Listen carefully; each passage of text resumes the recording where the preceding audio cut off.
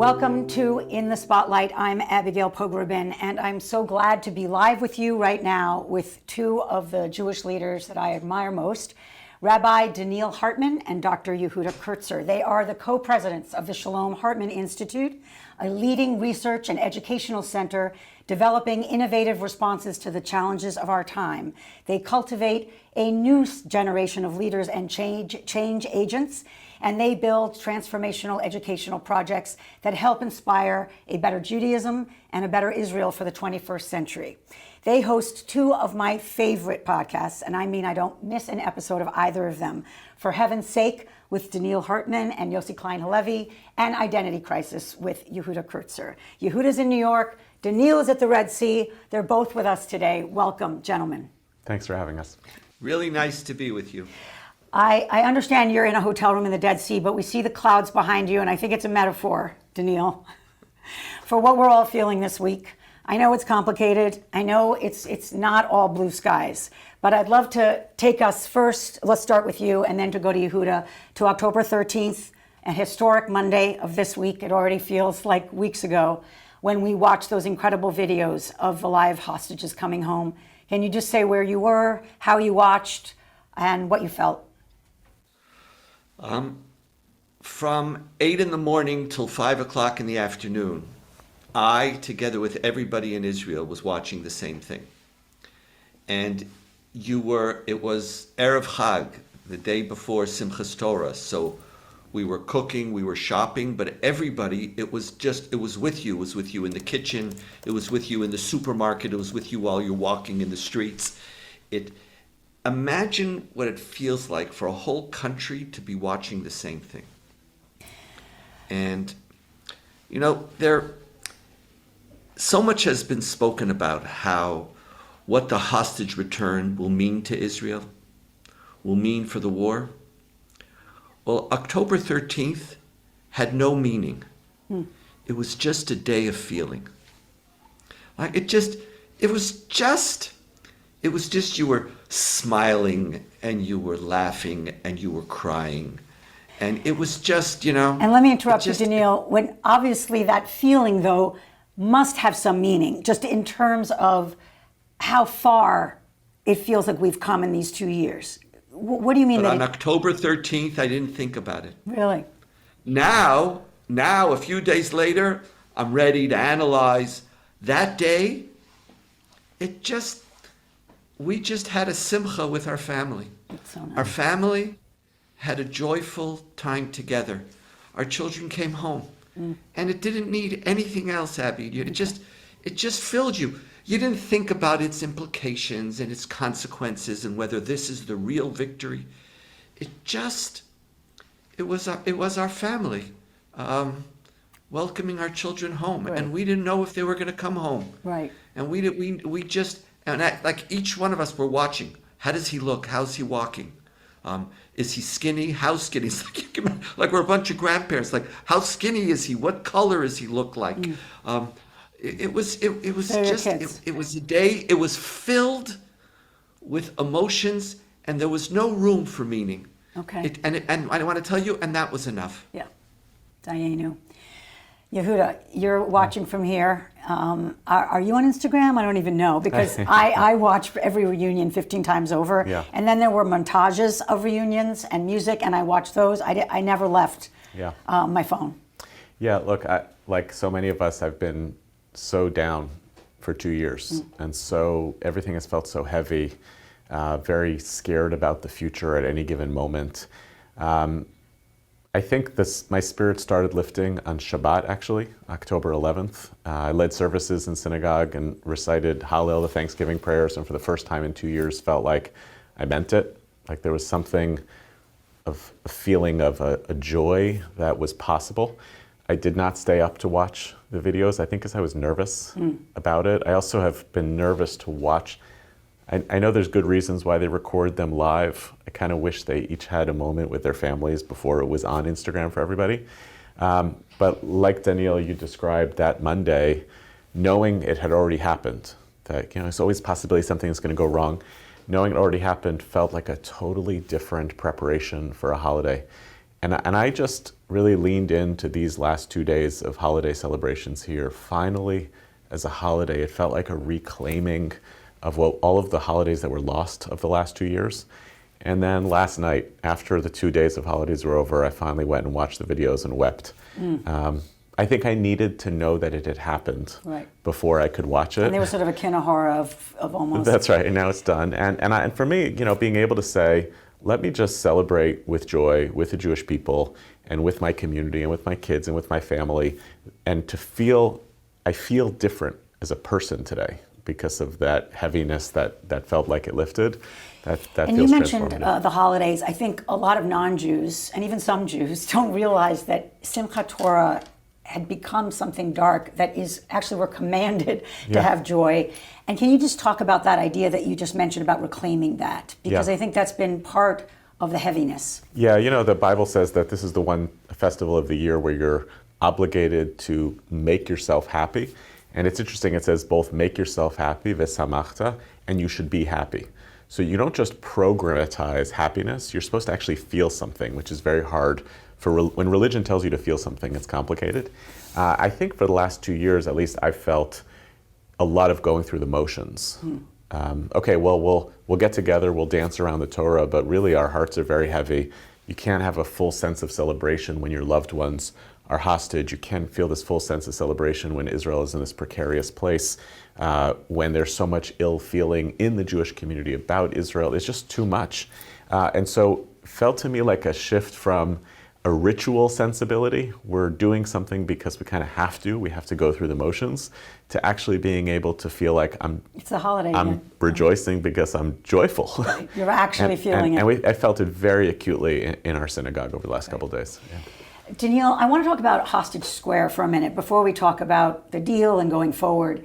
I realized in looking, and I've taken the deep dive as so many have, we almost took for granted that there was this place that people returned to week after week for 2 years. You could think that there's not only fatigue, but there's kind of like futility. And it's just amazing to me reading and seeing interviews with people where that was their pilgrimage every week. It was a Saturday night, but they went. And I would love you to just talk about what that is, what that's about, that sort of relentless optimism, or at least relentless togetherness that somehow people take for granted over there, but not necessarily in other parts of the world. You're right to point to Hostage Square and tens of other examples. I love being an Israeli. And I appreciate being an Israeli because I get to live in the midst of Israelis. And with all the stuff, the pushing and the aggravation and whatever it is, everybody has a list. This is a remarkable people. And the spirit of this people, we saw the spirit of this people come on October 7th, 8th, 9th, 10th, 11th, 12th, 2 years ago as everybody joined. And they joined to fight. And here, for 2 years, not all of the country, but a huge percentage of the country joined to fight for our family. They refused to allow a notion of some national larger agenda that didn't take into account the particular hostages. Because if you think about it, it would have been perfectly legitimate for the country to say, we got most back, we did great, we can't put everything on hold for 20 people. You think, like any operation you go on, people die. They die all the time. That's the nature of war. But the country, or let's say 60% of the country, and it was really carried by the families and Hostage Square protesters, said, there is no larger picture or larger agenda that doesn't take into account the individual members of our family. And that's a part of what our tradition is about. It's, we have, if I could just take one more second, this notion of Pidyon Shvuim, of redeeming the hostages. And Maimonides says it's the most important commandment. Now, why should it be the most important commandment? Okay, it's a big commandment, but why should it be the most important? Because there is no Judaism. And there is no Jewish people if you love Jews in general and you don't love Jews in particular. And this country just stood up and said, we're sacrificing. We're willing to die. We're willing to go through the most horrific things as families and as individuals. But I want to tell you, these people count. And it's like, I am so proud to be an Israeli, to be able to say that I'm part of a people who didn't forget for 2 years, and at the end, 20 people. 20 people. Yeah. Yehuda, I want to talk about Trump. Yeah. Because it comes out of Hostage Square. He was celebrated there. He was celebrated on the beach of Tel Aviv as he landed. Yeah. He was celebrated at the Knesset. This really was a kind of a Trump moment. Yeah. And for some people in this country, I think it was complicated. I think for many Jews, they were just thanking him. Yep. And I would love you to just address the complexity of that. Sure. And what you've seen in terms of some people almost like not knowing what to do with their appreciation of this president right now. Yeah, when you live in a polarized society, politically as we do here in America, as many countries now do around the world, it becomes very difficult to say, I appreciate something that the president does, even as I oppose other things that the president does. That we have fallen into camps where either you're supportive or you're opposed, and there's actually a lot of risk involved in saying you like something that the president does, because that means that has, greater chance of continuing to succeed politically. It feels like you've given something up. I've heard that in my community. I've heard from people who are kind of stalwart opponents of the president's policy. They don't want to yield. There are legitimate grievances, I think, that folks in the Democratic Party have who say, well, Biden had the same plan and was not able to get it to happen, and maybe the Israelis wanted it to happen under Trump. I mean, there's all sorts of analyses we could provide to this particular moment. I do think it is possible for us as Jews who were committed to this outcome that emerged, and I mean the outcome both of the release of the hostages as well as even a temporary but hopefully permanent ceasing of these hostilities, the pathway towards the reconstruction of Gaza, all these things that I think as a Zionist I feel we've been waiting to see happen. I am okay saying, as much as I oppose a lot of aspects of not only the president's agenda but how he does it, to appreciate his capacity to make it happen in this situation. What's interesting is it's not clear to me that there's anything different about how the president handled this than how he handles a lot of issues domestically. This is a president who cares much more about ends than means, and I find that very worrying. I believe in democratic processes and procedures, and this president doesn't. He cares about particular ends he wants to have happen. In this case, I like those ends. And so, though in many cases I don't like the means, in this case, I can tolerate those ends. I think it's confusing for many American Jews. Let me just pause. You can tolerate those ends, or I can appreciate. You're not thrilled about those ends? No. In this case, I say I appreciate. Kind of unequivocally. I appreciate these ends. Yes, I'm thrilled that it happened. But also as you said, his approach ultimately was effective where others weren't. Yeah. So even if someone had the same plan, they didn't get that plan done. Yeah. And he did. He did, and I appreciate it. I'm thrilled. It doesn't bother me that much to see Israelis celebrating President Trump. Yeah. I think you want this to happen. It happened. 20 hostages are home.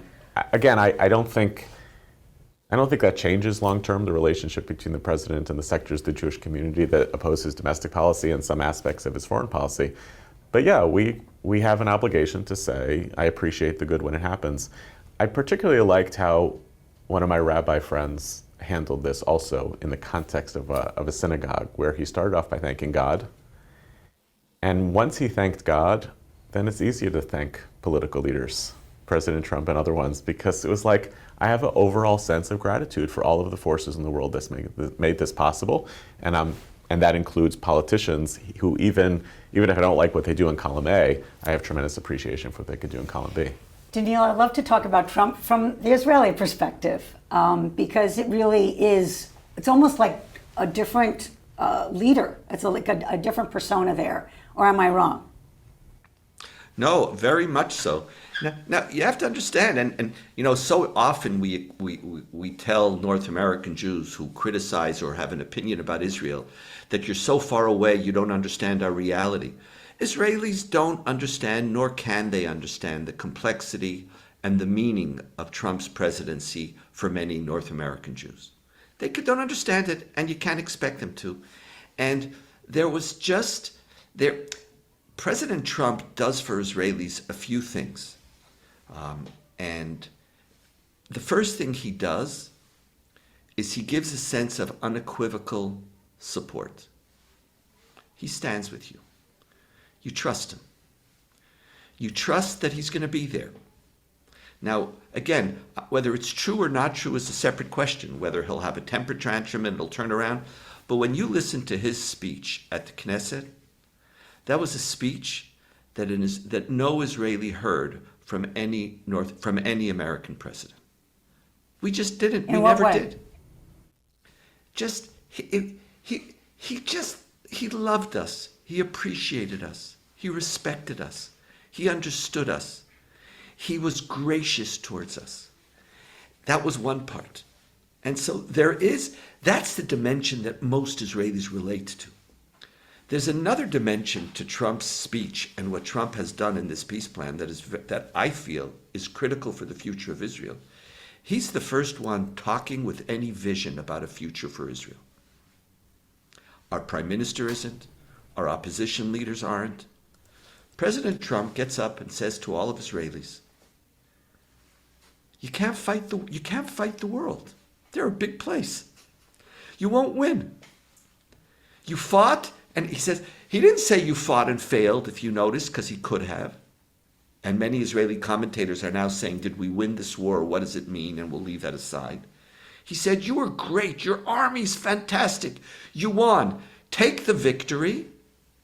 And then he says, you're not going to achieve anything else through military means. It's time to go on.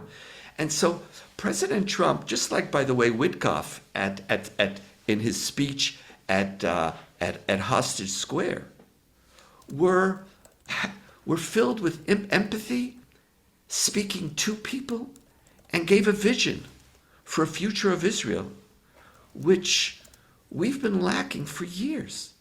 We've been lacking it for a generation almost, since Oslo, but certainly since the beginning of the war. Mm-hmm.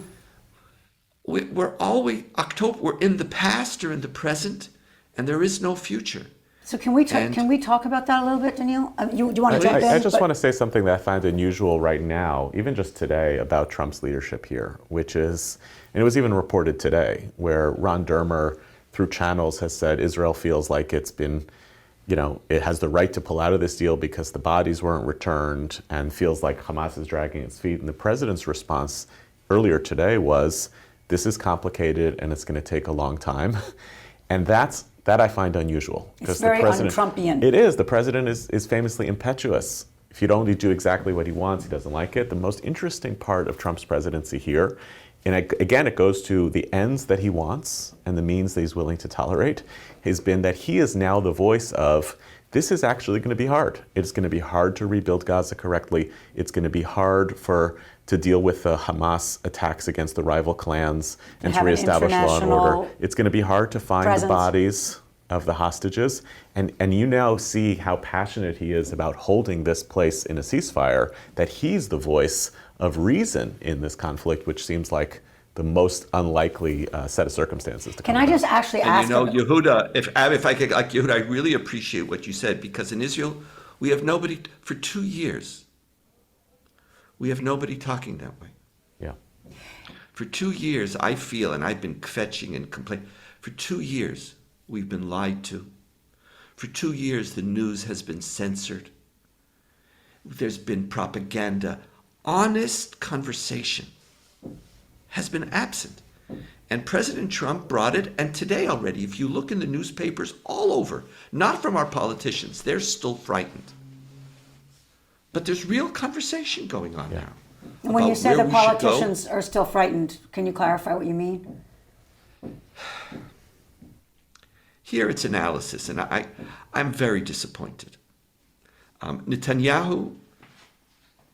Netanyahu, this is not a peace plan. This is not a peace plan with Palestinians, because he has no language for peace with Palestinians. He only wants peace with the larger Sunni world, in which he could leapfrog over the Palestinians. He has no language. He wants to control. For him, this treaty is, I wrote an article about this, is like Clausewitz. Clausewitz says war is diplomacy by other means. For Netanyahu, this peace plan is war by other means. It's the same thing. It's just about defeating Hamas. It's not about a new future between Israel and the Palestinians. And it's not about a future for the Palestinians. It's like they're completely transparent from Netanyahu and his coalition's perspective. You can't say anything compassionate. You can't speak about their rights. It's only about defeating Hamas and disarming them. That's the only thing. And then you have a whole bunch of other politicians, with the exception of the Democratic Party, who have a fantasy that the only way we're going to win the election is if we could get 2 or 3 seats away from the Likud. So we want to pretend as if we are to the right of Netanyahu, so that maybe they'll vote for us. Because to the left, that the Democrats have. And so there is this space for this is potentially a game-changing moment in the Middle East. But isn't Trump is putting it in front of Israelis. I'm sorry, yes, Abby? Isn't that somewhat contagious? I mean, isn't Bibi a little bit That I outnumbered? hope. Outnumbered now in terms of people seeing, as you said, Trump articulated a path forward. He, I won't say Bibi, the prime minister, has not articulated any kind of future vision. Now there is one, and people want it to be over. People really want this to actually be possible, to have an international force there, to demilitarize, all things that are hard. But isn't They have to let it. It's going to take a little time, Abby, because what they're filled with now is what happens if it doesn't work. Like already Hamas is not delivering on the bodies. See, we're traumatized not just by October 7th. We're traumatized by living with another people who we believe have never accepted our existence. And we're frightened to even hope, because, while it's better to have loved and lost than never to have loved at all, hope, it's better not to have hoped, because the disappointment, to go over that disappointment again, and to have to go through another generation of Israeli kids having to go to war, and we don't want it, so we're shutting it down. We're like, you almost have to fight against a core Israeli instinct to see that. Say and you should it's not know gonna work. Trump, that part of Trump Israelis aren't speaking about as much. Right. And even the right wing who embraces him doesn't realize that what Trump is basically doing is he, more than anybody else in the last generation, is bringing us close to the possibility of a Palestinian state. All of that is just sort of is pushed aside. Okay. Yeah, what's interesting about that actually is, in this respect, though Trump succeeded in ways that the Biden administration didn't to get to this place, and maybe it's about time and maybe it's about different strategies, part of what we're seeing also is that Trump is actually consistent with 30 years of American policy vis-a-vis the Israelis and Palestinians, which is the best you can offer is a framework for the process going forward, which actually requires the continued investment by both the Israelis and Palestinians to do incremental steps that lead you to the next part of the process. Nobody has ever been able to say, here's the exact final status agreement we all are going to sign off on. You go back to Madrid, you go back to Oslo, Camp David, it was all frameworks. And then every single time between the presentation of a framework and the next time you tried to present a framework, there was finger pointing. Well, you didn't do this part of the process, you didn't do that part of the process, the erosion of trust, and then you need to re-articulate another framework. Or President it blows up and it's called a failure. Correct. Now, President Trump has offered a framework, right? He, like other presidents before, is saying there is a possible finish line here.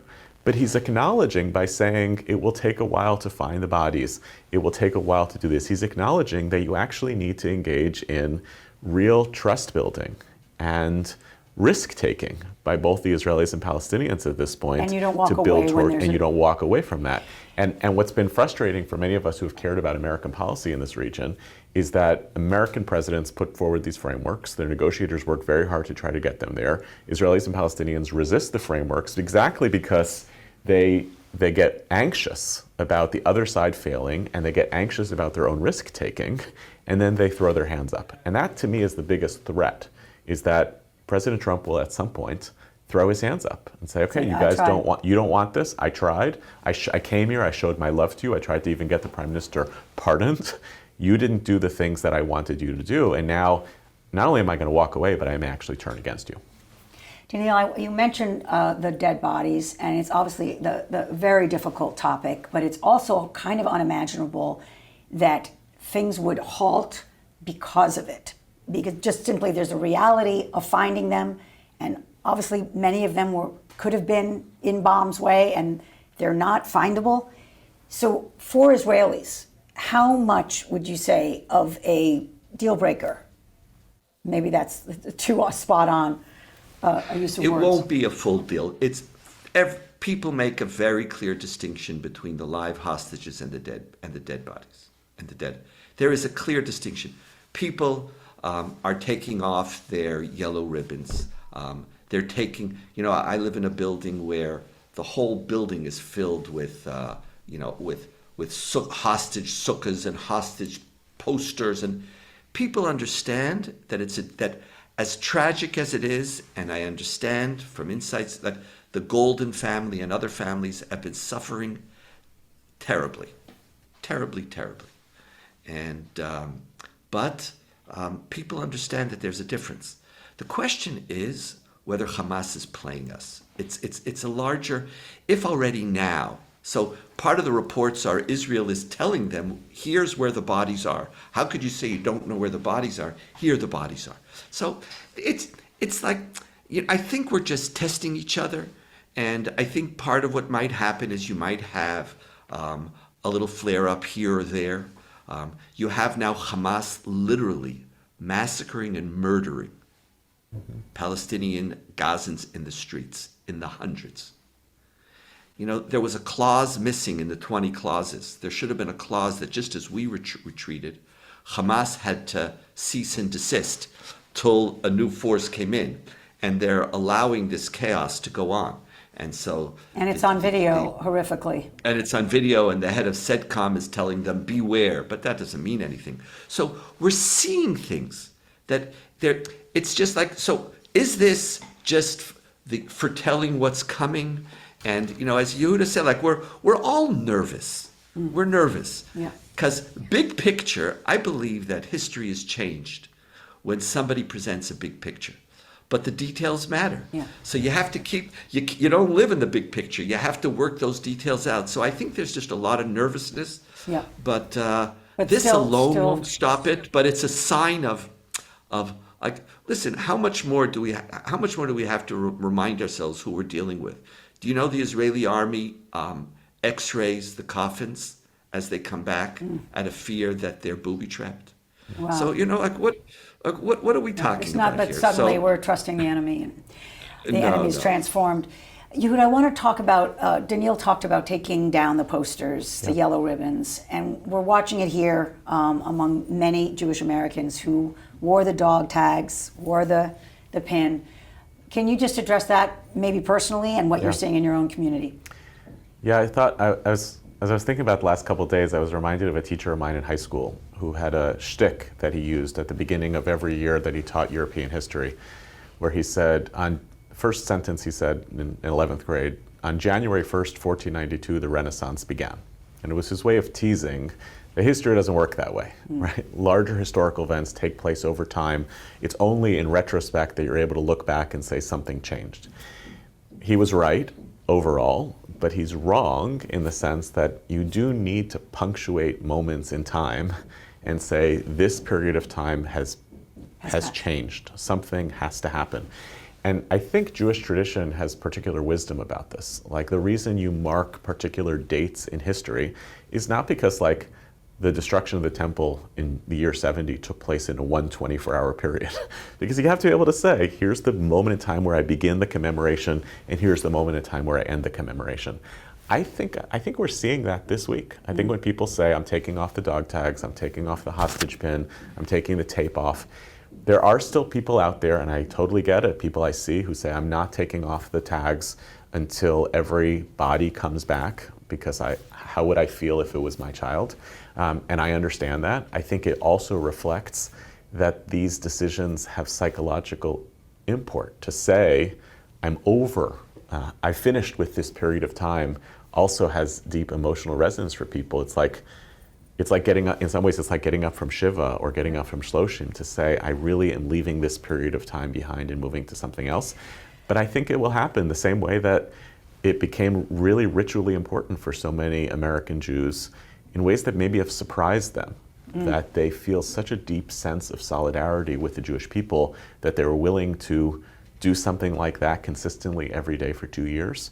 Now there's the richness and a little bit of the pathos of saying, I'm moving on to a different period in our Yes, I'm at Central Synagogue, and they've had a flag draped over an empty chair for 2 years on the bima, Yeah. and this Friday they will be removing it for the first time after a lot of thinking about exactly what you're saying, sort of needing to turn that page and actually having Jewish tradition give you permission. Our colleagues at the Institute in Israel composed a different prayer to replace the one for the hostages as a temporary stand-in, which our synagogue did, to say we're no longer going to say the same prayer that we say for the health of the hostages. It doesn't make sense anymore.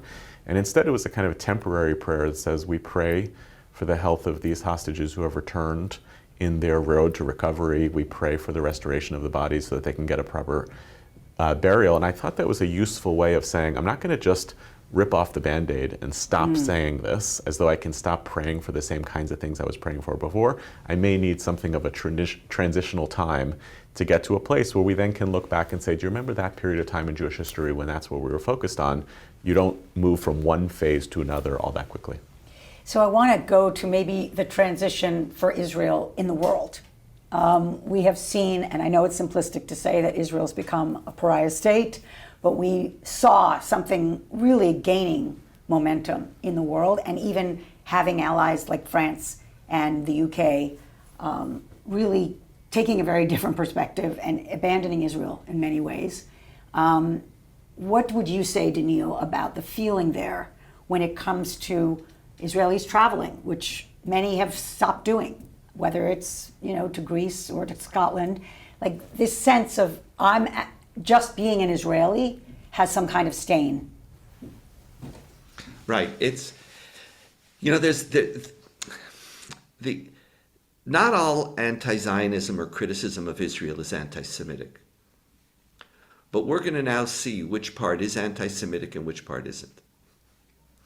Because those people who critique this peace plan because somehow it robs Hamas of its inalienable right to armed resistance, I say a plague on all your houses. And so there is a distinction, and we will see a distinction between governments and mobs in the street. Germany already was waiting. You'll see the same thing probably in France, Britain. Spain is a different story. But where there is an ultra-progressive narrative that's dominant, that really isn't about critiquing the excessive civilian casualties of the war, but where the critique really goes to the essence of Israel's right to be, Israel's right to defend ourselves, and a criticism of terrorism, recognizing that Israel has a right. When you say Israel has a right to defend itself, what you're saying is the other side doesn't have a right to kill us. Now that seems simple, but now there's a lot of places like that, and we're going to have to see. So there is a whole group of people who, Yehuda, you beautifully spoke about the ritual. I don't know if they have a ritual, Yehuda, to stop their protests. So they're still stuck. They're still, especially the anti-Semitic ones. And there's a rhetoric that sort of has become predominant. And how do you get off of that? Now, it's true. The fact that there is a ceasefire doesn't mean that for those who believe that Israel did not conduct this war justly, that criticism is still there, and they want to have an accounting of it. But some of the demonstrations, like in Barcelona yesterday, and the violence, the anger, Israelis feel it as an anti-Semitic anger. And so we're going to watch, and it will take some time. And we Israelis like to accuse everybody of being anti-Semitic, even when they're not. It's like it's like the gift that never stops giving. But the world is shrinking, and so we're trying to figure out where we could go, or until which time the governments themselves, which are now going to realign with Israel, or not realign in the sense that they're going to say we're great, but we realize we're moving into another place, for their police forces to establish rule and order in their streets. So this is part of that dynamic, but the world feels much smaller, and Israelis would like it to be bigger, but the mobs in the streets, for whom the criticism of Israel goes way beyond the criticism of certain things that happened in the war, that has taken root, and I think it's.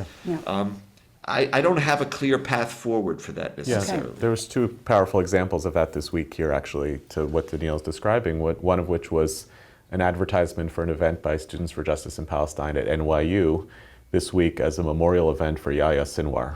So that gives you a pretty clear sense of that's not a pro-peace movement. And national SJP, following all of the news about all of this attacks by Hamas on the rival clans in Gaza, had a Instagram post which said "Death to collaborators."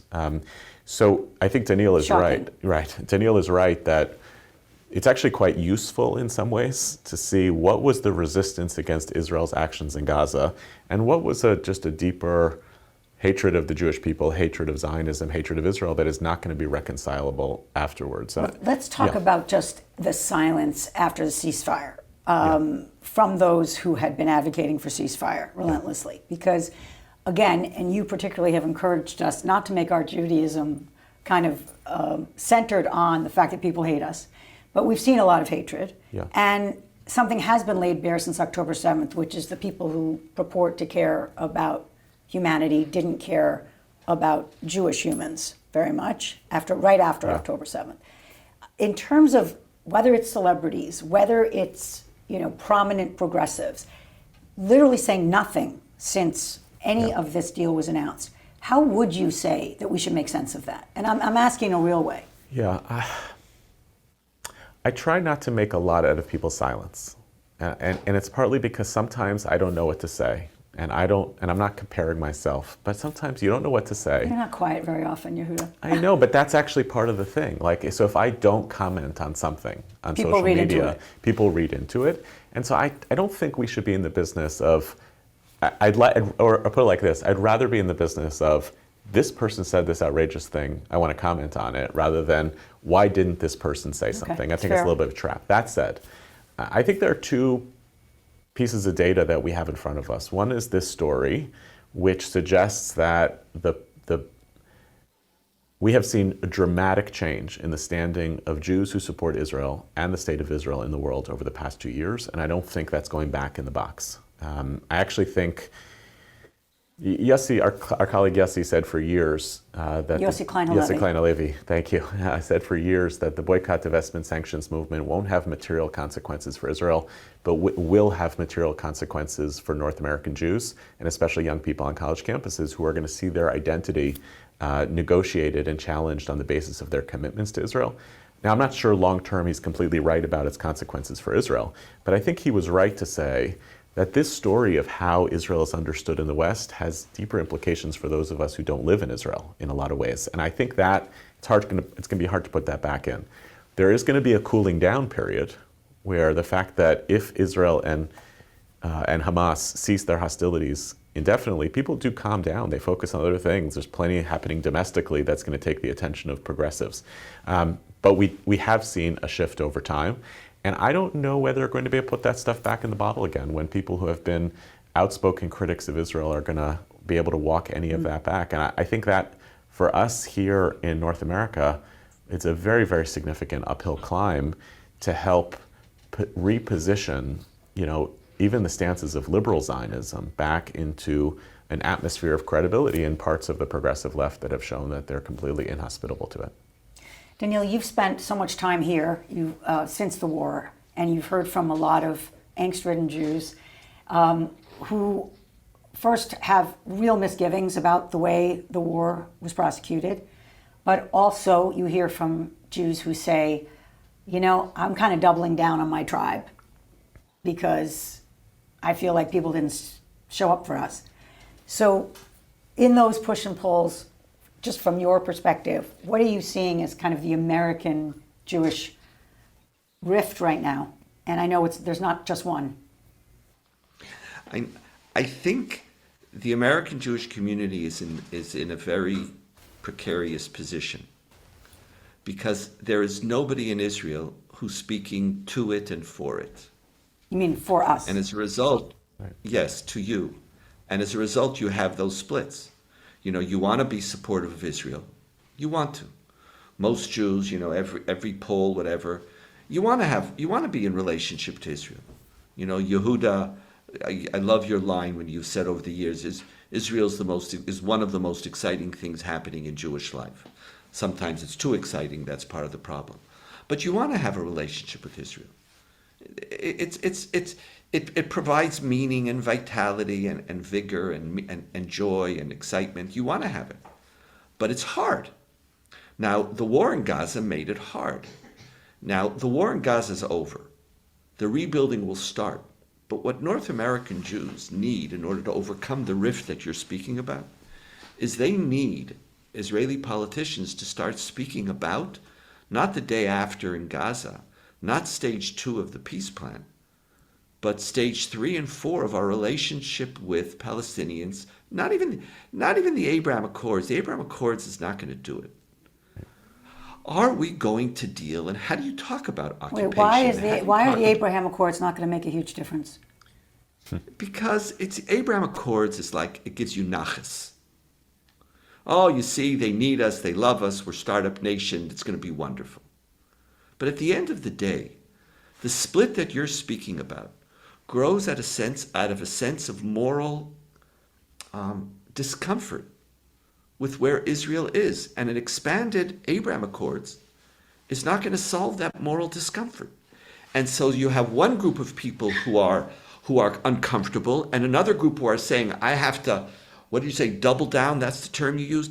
Double down in support, because the more you criticize, I have to show, it's like, so we're almost feeding off of each other. All of us, both of us need an Israel which envisions a new future in which human rights aren't trampled on by the state of Israel. Now, okay, we could say it's complicated and we could say you need two sides to have peace and all of the above. I agree with it. I want peace. I want a two-state solution. I don't know how to bring it about, but I at least want Israeli politicians to talk about it.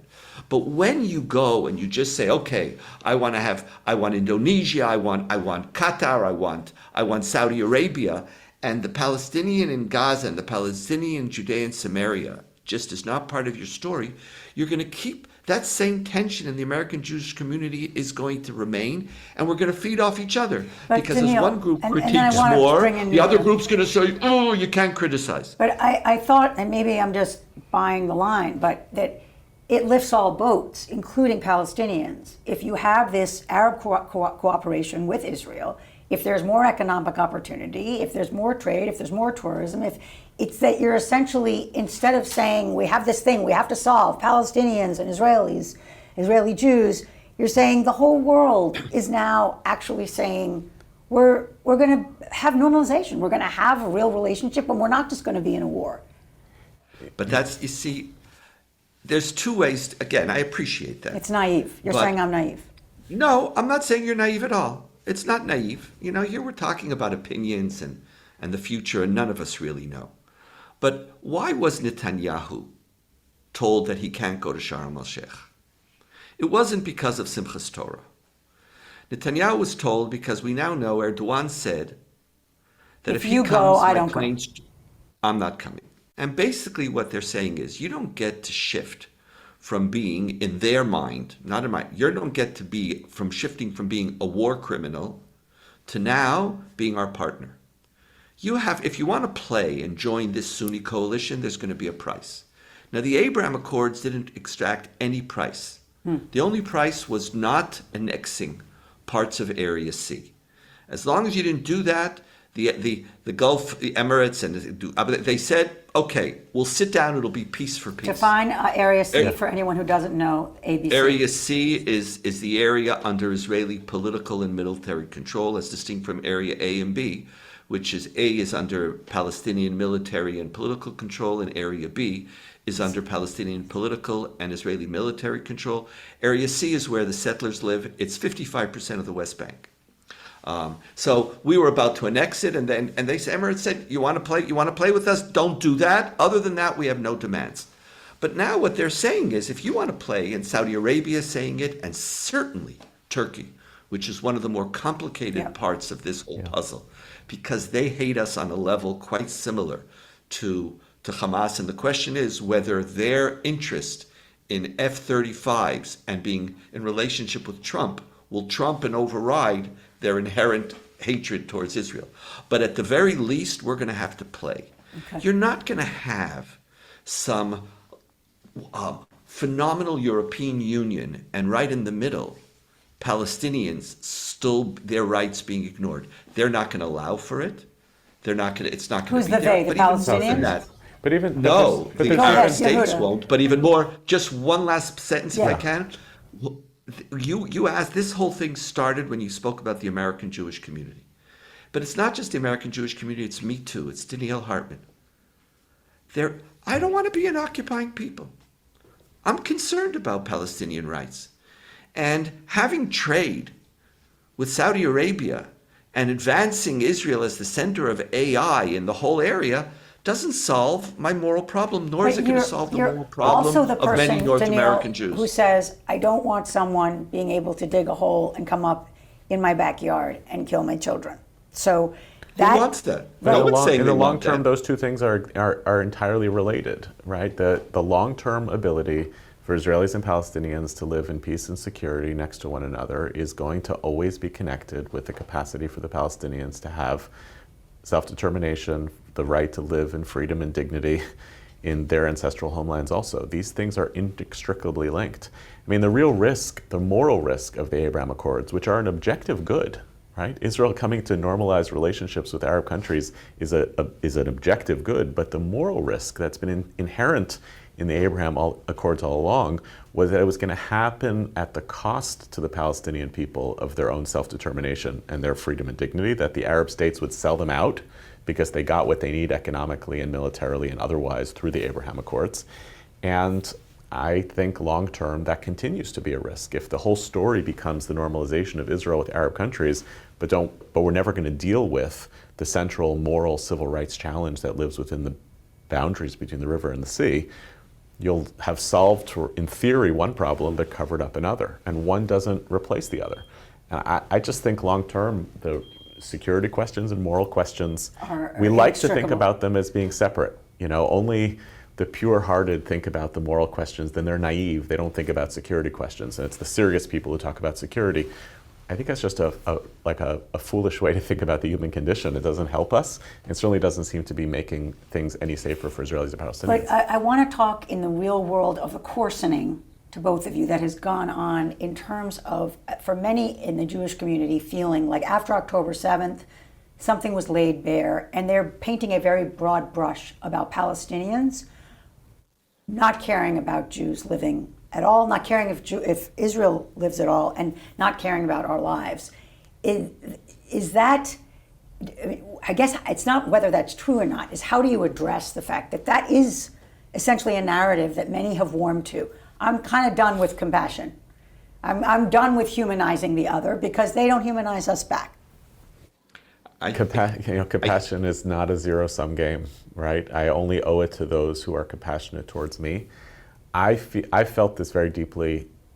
Actually, for me, it's less about Palestinians. It's been about the tensions in the Jewish community with folks who I think have done just outrageous things, said outrageous things, and I felt my heart hardening over these last couple of years. And by the way, this emerges out of fear. It always comes out of fear.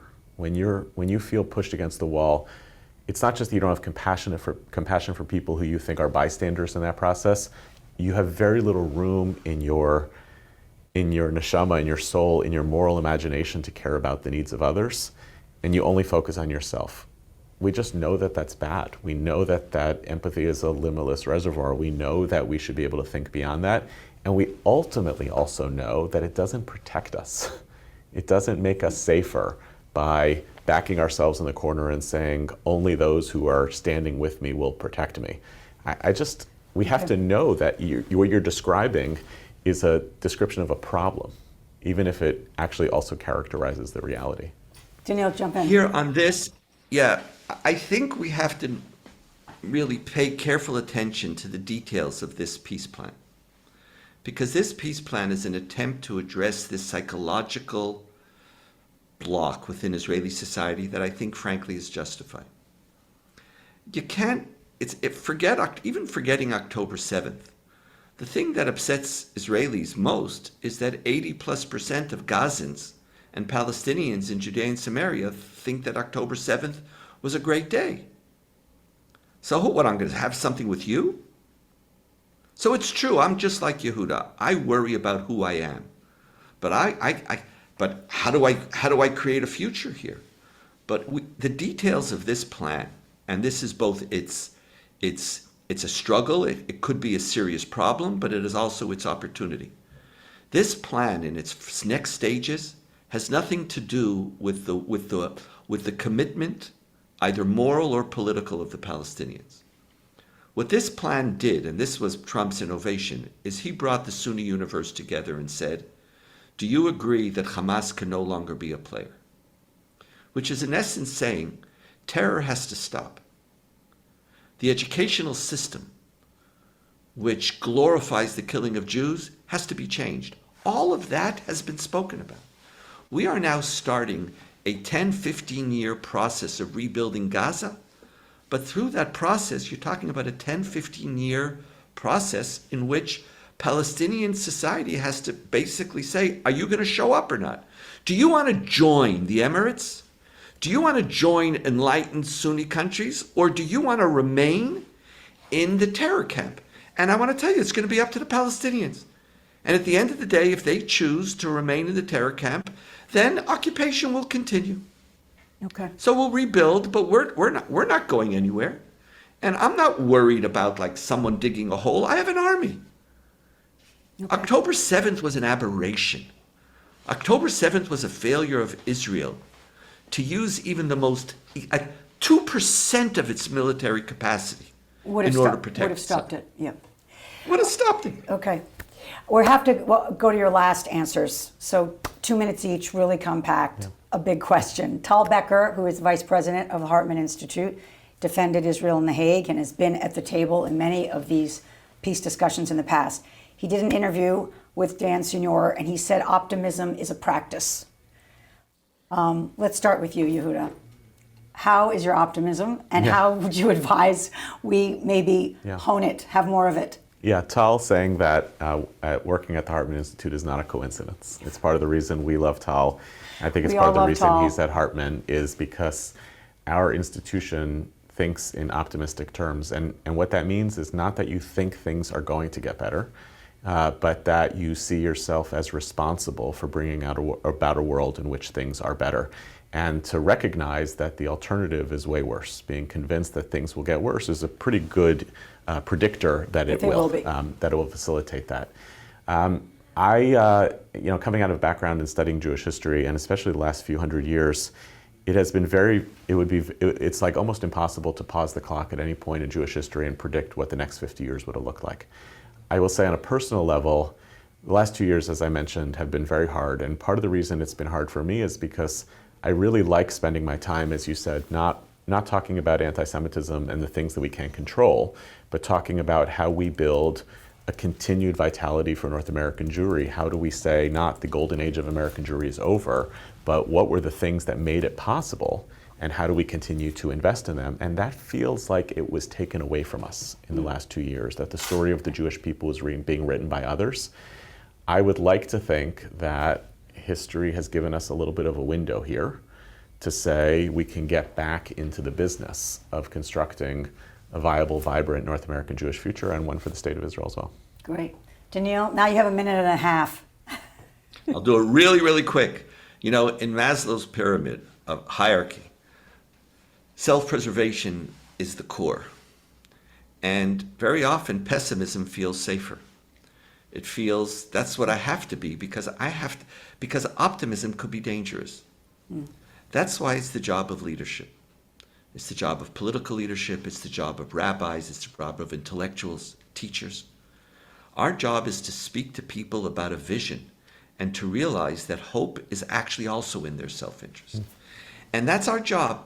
So in the sense, it's the practice of leaders to change our conversation. And it's not our job to pander to people's fears. It's not our job to get standing ovations by telling people, don't worry, things are worse. It's our job to remind people what is the best of us and who do we want to be. And if we put that vision there, then there's a chance that maybe we'll progress in that direction. Donniel Hartman, Yehuda Kurtzer, I'm glad the Hartman Institute is there to do exactly what you just described, and it's been a pleasure to talk to you in a very historic, emotional week. I'm Abigail Pogrebin for In the Spotlight. It's been good to be with you. Thank you all for joining us live, and for those who are watching on tape, we're glad you're here too. Stay safe, and I'll see you next time.